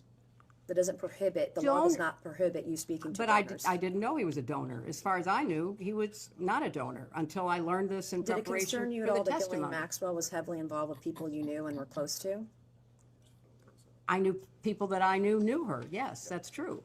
And you just shrugged, you didn't want to look into it or have any question about it? Until her crimes were revealed and she was indicted and tried and convicted, I don't think people knew very much about at all what she was doing. And then how do you know Howard Lutnick? I know Howard Lutnick because when I was senator on 9/11, the firm he headed, Cantor Fitzgerald, suffered the greatest loss of life. As I recall, something like 650 of his employees were murdered by terrorists that day. Howard Lutnick missed being a victim because he was delayed dropping his child off to kindergarten. You asked the question. I'm going to answer your question. Now you're gonna yell This at was me? what I spent You're my going to yell at time me. doing. I'm a I survivor spent trying to look out for other Well, survivors trying to and get to the I bottom was of it. taking care You of waited the 6 people months who to lost get here today. 3,000 6 months, lives and now you're being at World defiant Trade and Center. indignant today. You asked me. Hillary brought all the smoke, right? I have about met Howard with Epstein survivors. I'm a survivor myself. You have emails. You've denied that Jeffrey Epstein, that you tried to get Jeffrey Epstein to give money to you. I did but not. Howard Lutnick was If used you to have an get email money. with me asking Jeffrey I Epstein have for an money. email from Howard Lutnick sending it to what's Jeffrey the question? Epstein and his What's the- people to I raise don't- money for I don't you know about- for an event, an intimate event for you at his offices Well, at Cantor Fitzgerald. You're look, going to sit if here you- today if you would and, let me and, finish. and obfuscate and say to this committee, you didn't try to get money from Jeffrey I Epstein didn't. when I there was an didn't. intimate event in an email that Howard Lutnick emailed to Epstein's people and Epstein to get him to come to your intimate event at Cantor Fitzgerald, a very small event. And so I'm not going to public. You want to yell at me, that's fine, but I'll yell right back. Well, okay? I am looking out for it's survivors. very- I'm doing look. the job that you would not do and refuse to do as Secretary of State. Thank you, and I yield back to No, Congresswoman. I'm going to finish answering the question, which I have a right to do. I am very sympathetic to your personal situation. I have read about it. I have seen you testify or speak on the floor about it. And I very much sympathize with not only what you went through, but appreciate your effort to stand up for survivors. I was a senator representing the people who were murdered on 9/11. Nobody lost more people than Howard Lutnick. You can say whatever you want. You can call him and have him appear before the committee. But I knew him as the man who lost the employees that he knew intimately, including his brother. And he was a So go-between I between worked- you and Let her Jeffrey finish Epstein her raising answer, money please. for you. Let her finish her You answer. know what? If you don't want to hear what emotionally affected me, that's fine. But that's why I know Howard Lutnick. I went to the memorial service every 9/11 after the formal service was held. I see what you're with doing here, all- and you're with obfuscating all from of the his questions. He was people, the go-between families. between you and Jeffrey Epstein raising money for your Well, campaign. you know, Howard Lutnick and I did Thank work you. I will together now yield because to we had a lot of Congresswoman Warner. victims Thank you. to take care of, and we worked together to rebuild downtown Manhattan. That is how I know Howard Lutnick. Okay, very good. So now we're going to check out Bill, and why did Epstein have a photo of him in a dress? So let's check it out, folks. Mr. President, moving on to my next question. Submitted to the record, we have a painting that seems to be of you, Mr. President, found in one of Jeffrey Epstein's residences wearing a, I would categorize it as a famous blue dress worn by the White House intern Monica Lewinsky. And I have this image here. This image is being passed around. If we need to go off the record while we do that, we can. I can take the. Bill Clinton reminds me of that old song, I'll Keep Holding On. Remember that song? He's barely holding on. Okay. Picture. So Do you have a question? It will be Yeah, I do. marked as Majority Exhibit 15. Proceed. Thank you. So, Mr. President, we are looking at an image of a portrait that is looks to be you, Mr. President, in this blue dress. Can you describe this painting? And He doesn't need to describe the painting. You just gave him a picture. What's your question? my question is, are you familiar with this painting? Have you ever seen it in person? I've never seen it in person. Do you know why someone would paint this? Are you asking him to Objection. speculate? That's calls for speculation. You can ask the artist. And if I had known Jeffrey Epstein had this painting, it would have saved me this whole day. Did you ever introduce Epstein to Monica Lewinsky or any other young female White House I staffers? did not. Did Epstein ever request introductions to young female intern staffers of you? Did he request you to introduce them? And one regarding this exhibit, Exhibit 15, this portrait, to the right of this image, there appears to be a plain letterhead document that is framed in a gold frame. Are you familiar with That he's testified that he's not seen this picture? the painting we asked? Yes, and now I'm asking about the image next to it. So Are you asking whether or not he's familiar with what's in this small frame? I'm the part that you have covered up. This part? I'm asking if he's familiar with this letterhead letter There's no that was letterhead that we can hand Is this written. part of the painting? No, sir. This is next to the painting, and it's framed on the wall in the home of Jeffrey Epstein. I guess a better way to ask, other than the birthday note that was passed around here today for Jeffrey Epstein's 50th birthday, Mr. President, did you ever handwrite Jeffrey Epstein any other notes? Well, I wouldn't remember, except that I've seen a picture recently of another note where I thank him for getting me away from the crowd on the airplane for a while so I could take a nap. Yes. Okay, Mr. President, I just have two more questions for you, and then I will let you go. And again, I'm so grateful for your time here today. We also have another exhibit from the committee, and it's page 49, I believe, and the, how do you want to classify this one? It will be marked as Majority Exhibit 16. In this is a portion of Virginia Giuffre and her testimony. And in it, she is referencing you, Mr. President, and says he, Mr. Clinton, told me long ago that everyone owes him favors. They are all in each other's pockets. She's asked, I'm sorry, maybe that wasn't you that you was referencing, Clinton. I'll start over. He told me long ago that everyone owes him favors. I believe that's referring to Mr. Epstein. They're all in each other's pockets. Sorry, could you what line are you starting at? Yes, ma'am. I'm starting at the first line, and I do believe I incorrectly said that she was referencing Mr. Clinton. Guys, we have 600 people. Please hit the like button, share, and subscribe, and turn on your notifications. Thank you. So to correct that, So she's not Correct. She is not referencing Mr. President Clinton. Clinton. She's referencing instead who? I believe this is Jeffrey Epstein that she is referencing here. Thank you, Ms. Bober. Thank you. And then she's asked, would you say you asked him why Bill Clinton was here? And Virginia responds on the island, where he was here, on the island.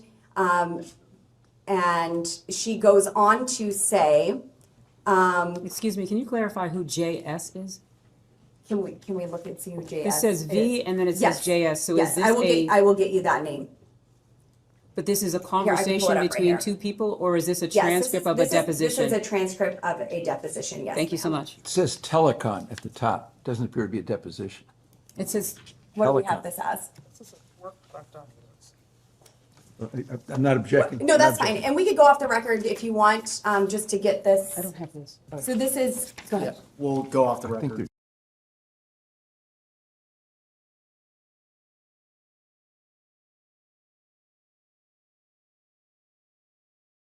All So right. we can there- go back on the record. Thank you very much. And this is a long dialogue between Mr. Jack Scarola and Virginia Giuffre, and I will summarize this. It is mentioned by Virginia that everyone owes him, presumably Jeffrey Epstein here, favors. Mr. President, were you ever in the position to owe Jeffrey Epstein a favor? I didn't consider that. I thought we had an understanding about the airplanes, that he would let me use the airplane to set up my AIDS programs around the world if I'd agreed to talk to him for an hour about economics and politics on every long leg. I kept my word, and he seemed to honor his. Were there any sensitive government topics ever discussed Never. in those conversations? And also here, just for the Virginia. record, did the court reporter get his response? Thank you so much. Thank you. Sorry, I'll try not to talk over you. Wrapping up here. Virginia Giuffre is also asked in this document. The same one you handed us? Yes, ma'am. So we should be looking at? This is 1, 2, 3, 4, 5, 6, 7, 8 lines down. JS is speaking. Were sexual orgies a regular occurrence on the island at Jeffrey's house? Yes. My question, Mr. President, were you ever aware or engaged in any of these sexual orgies? Are these on the island where he's testified that he's No, not ma'am, been on the I island? was never on the island. Were you ever on any island in the Virgin Islands? To travel for a trip with his wife, which is on the public record? I'm With sorry, Jeffrey what's your Epstein? question? No, You were never in the Virginia Islands, in the Virgin Islands with Jeffrey Epstein, no. Okay, thank you.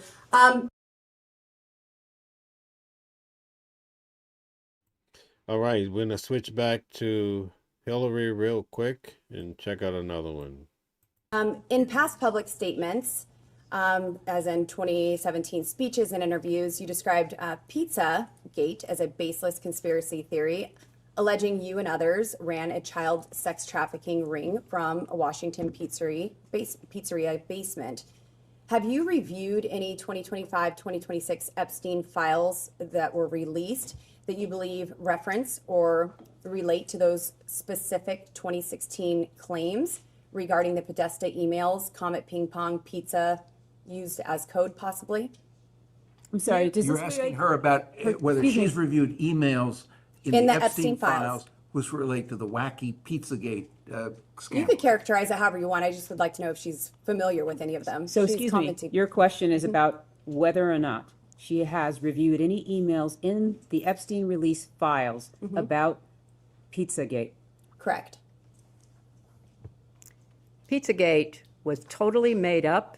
It was an outrageous allegation that ended up hurting a number of people, that caused a deranged young man to show up with his assault rifle and shoot up a local pizzeria. I can't believe you're even referencing it. You should be. There are connections to the language. Well, I'm the not talking QAnon about, people believe there are, so I don't know what QAnon have at people it. believe. Have at it. But you've accused certain parties, and I think even right now today, of promoting slow walking or information in ways that fuels conspiracies. In your view, did any Epstein-Maxwell related investigations or file handling pre or post 2019 contribute to or intersect with the spread of Pizzagate style theories about Democrat figures? Objection. I have Calls no for way an of answering. That is the impossible amount of most speculation. ridiculously. Have you or your representatives identified any Epstein file content that has been misinterpreted online to revive those claims? And what steps, if any, have you taken to clarify? Again, object on the ground of I think that this is all very speculation. reasonable. Well, first of all, I don't follow the crazy conspiracy stories that are online. I regret that anybody does. I find it quite sad, but also disturbing that people would believe some of what is put forth, like Pizzagate. So I have taken no steps to review anything Do you think that might pizza- have any connection to something which I think is totally bogus. John Podesta, your 2016 campaign chair, appears in some Epstein file contexts. Social overlaps or mentions. Were you aware of any of the Podesta-related communications in the released files? Can you that have- please provide examples or the evidence that you would like us to review or the exhibits that reflect that in I order can for her to get be able to I do can that? get some I mean, exhibits somebody and starts pause with this one question Speak to in the that when you meantime. provide those. I will get those, and I will skip that question until we can. Generally, if she's aware. Generally, she is asking if she's aware of specific information that is in the files that you all are relying on. Please provide the witness with copies of that materials. Doesn't know or has no recollection, she's welcome to state so. We're also welcome to actually see the information that you're speaking And to. again, the representative is asking general. I mean, general really, questions. I mean, She's I aware. expected a lot of interesting questions today, but Pizzagate was not on my list. That's okay. We're asking all sorts of things here. You certainly are. You certainly are. We're just trying to get the truth out to the American people. Well, that and would get be some clarity. very helpful. Are you aware of any files that were on Anthony Weiner's laptop in a folder that was titled "Insurance, Life Insurance," with a zip file titled Excuse me, "Frazzle"? I'd like the chairman's This is ru- no, way I'd like outside the the chairman's scope. ruling. This is this way within the outside the scope? scope. Is this within the scope, Mr. Chairman? If the chairman rules that it's not within the scope, I Mr. have other Chairman, based on questions. what you said in the public hearing, is this within the scope? We can go off the record for a moment to. Mr. Chairman, is this within the scope? We'll go off the We'll go off the record and can talk. Okay, guys, we're approaching our 2-hour mark. We're going to check out one more video from Bill Clinton from this deposition, but I'll do a deep dive another night, and we're going to really get into this deposition and some other things, but let's get to it. Good morning, Mr. President. Good morning. I'm Melanie Stansbury. I represent New Mexico's 1st Congressional District, and it's an honor to have you and your counsel here. This is a very important investigation, and we obviously have a lot of questions. And for me personally, this case is all about justice for the victims. And I really appreciated in your opening statements, your statement about nobody being above the law, including a president. And I think it's important that we are setting the precedent for Congress establishing oversight and subpoena power over a president. And I believe Donald Trump should and will ultimately be in front of this body. And I also appreciate what you said about women and girls who were abused by Jeffrey Epstein deserving justice and healing. And that's where I'd like to focus my questions. And in particular, I want to focus on 3 survivors who have shared stories that involve you. So I want to begin with Maria Farmer. Do you know who Maria Farmer is? Maria Farmer was employed by Jeffrey Epstein and abused by him for a number of years. And she first reported her abuse to the New York PD and FBI in 1996. And she states that she has personal knowledge that you visited Jeffrey Epstein's house 3 to 4 times while you were the sitting president between 1995 and 1996. And she says she knows this based on photographs that Ghislaine Maxwell showed to her, as well as discussions with the staff. So let me ask you, Mr. President, did you visit Jeffrey Epstein's house while you were president? I do not remember doing that. I do not believe I did. How do you explain this discrepancy? Objection, calls for him to speculate. I can't speculate.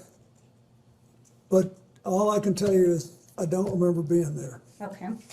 Moving on to Virginia Roberts Giuffre. Are you familiar with her? Mm-hmm.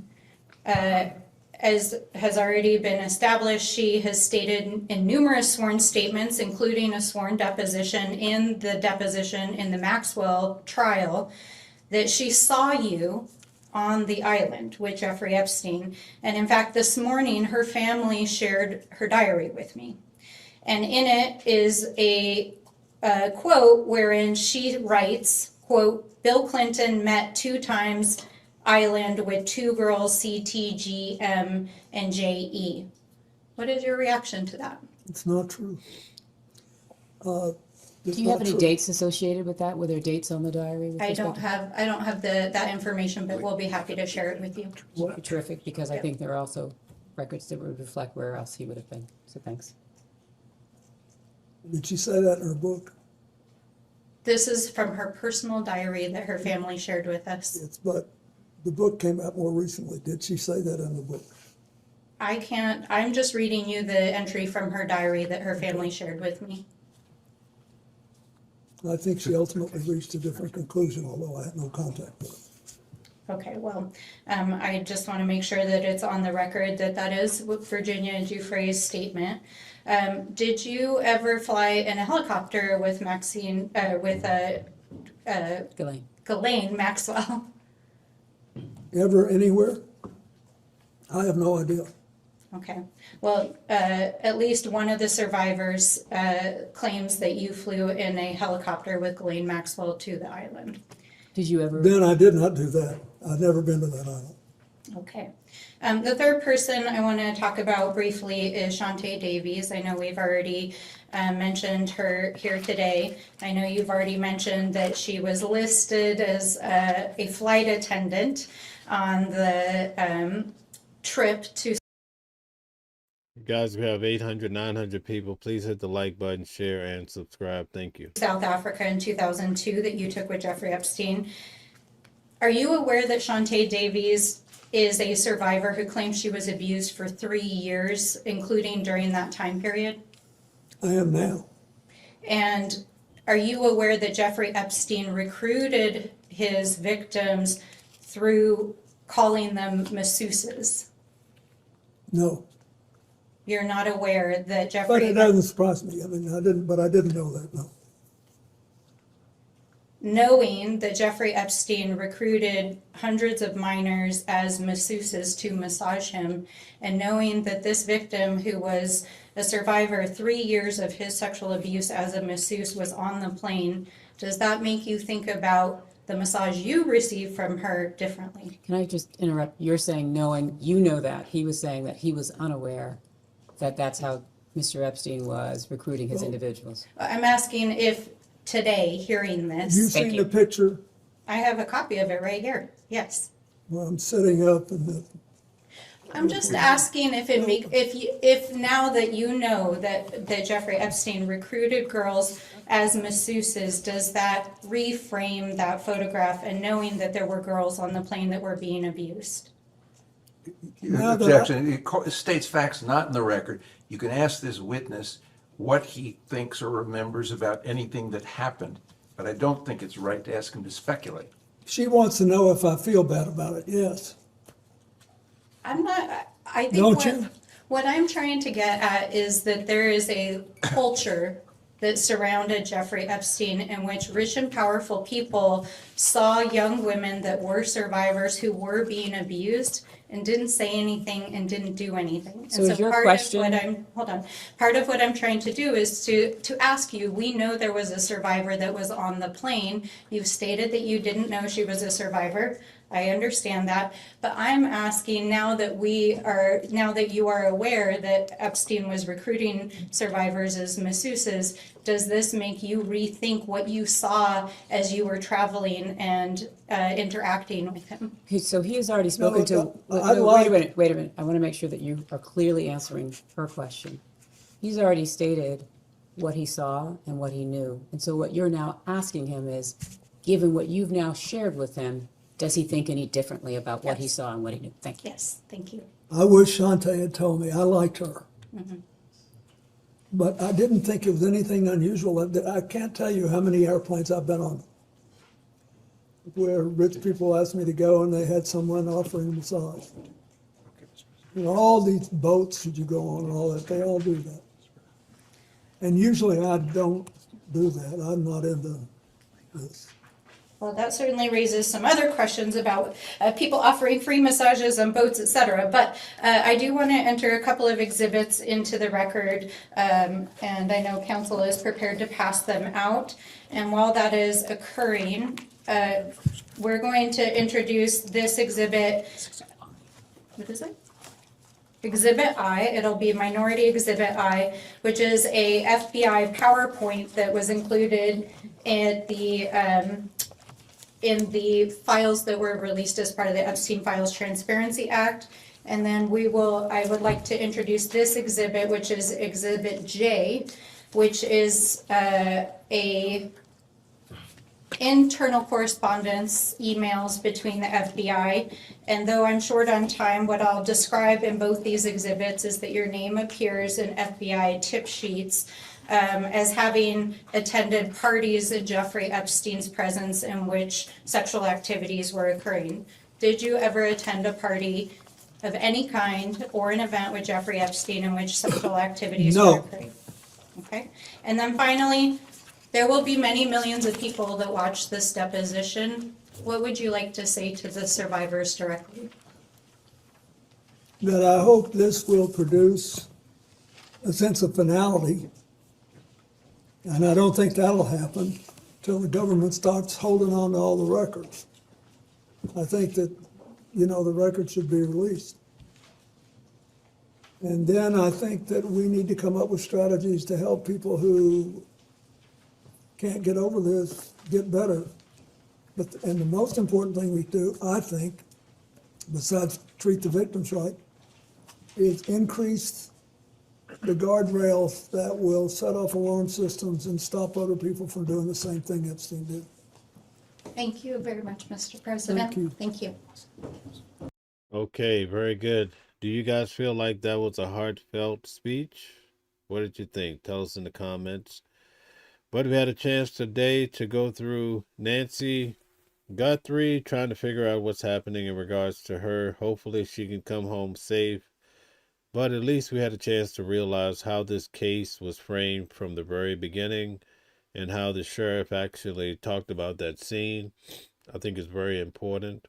Also, we had a chance to look at Hillary and Bill Clinton and their depositions. I was there, boots on the ground for the deposition. A lot of the reporters and even some of the senators, they kept saying, we want to see Donald Trump and Melania, who were in the files way more than the Clintons, to have to come and answer these hard questions. Will that happen? Nobody knows. What's all of these things about? Is this a distraction from a bigger moving machine? Perhaps so. A lot of people tend to say that every day in the audience. Maybe there's more that's being hid from us. And as we look around in the world, there's so many wars. You can pick the disaster you want to focus on. People were stuck in Mexico. They were stuck in Dubai trying to get home, and the list goes on and on. At any rate, thank you guys for tuning in tonight. I really do appreciate it. I caught a cold out there in Arizona.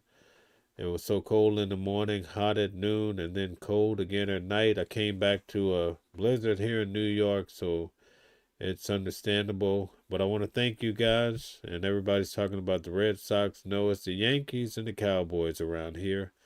That's who we root for. Thank you. We'll be on tomorrow for noon, news at noon, and thank you for tuning in tonight. And I appreciate each and every one of you for liking, sharing, subscribing to the channel, and so much more. We have a lot to do going forward, covering so many different stories, boots on the ground, just as we did with Nancy Guthrie. Thank you guys, and have a great night. I'll be doing another deep dive about the Clintons, maybe Friday night, because tomorrow night we have on Candace Kelly. She's a law professor out of New Jersey. And then on Thursday night, we have Mama Flips as well, the typical show we have with her. On Sundays, we have criminal defense attorney Calvin Johnson. We look forward to having him as well. So stay tuned. I'll see you guys tomorrow for news at noon at 12 noon Eastern Standard Time. Thank you and have a great night. Thank you. Different voices, but the same song. Building a world where we all belong. Kindness leading the way, breaking the chains. In the symphony of love, the theme remains. Embracing diversity, brighter days in sight. Watching the world sharing love and light. Peaceful flight, colors of harmony, painting the night. United we stand in love's pure might.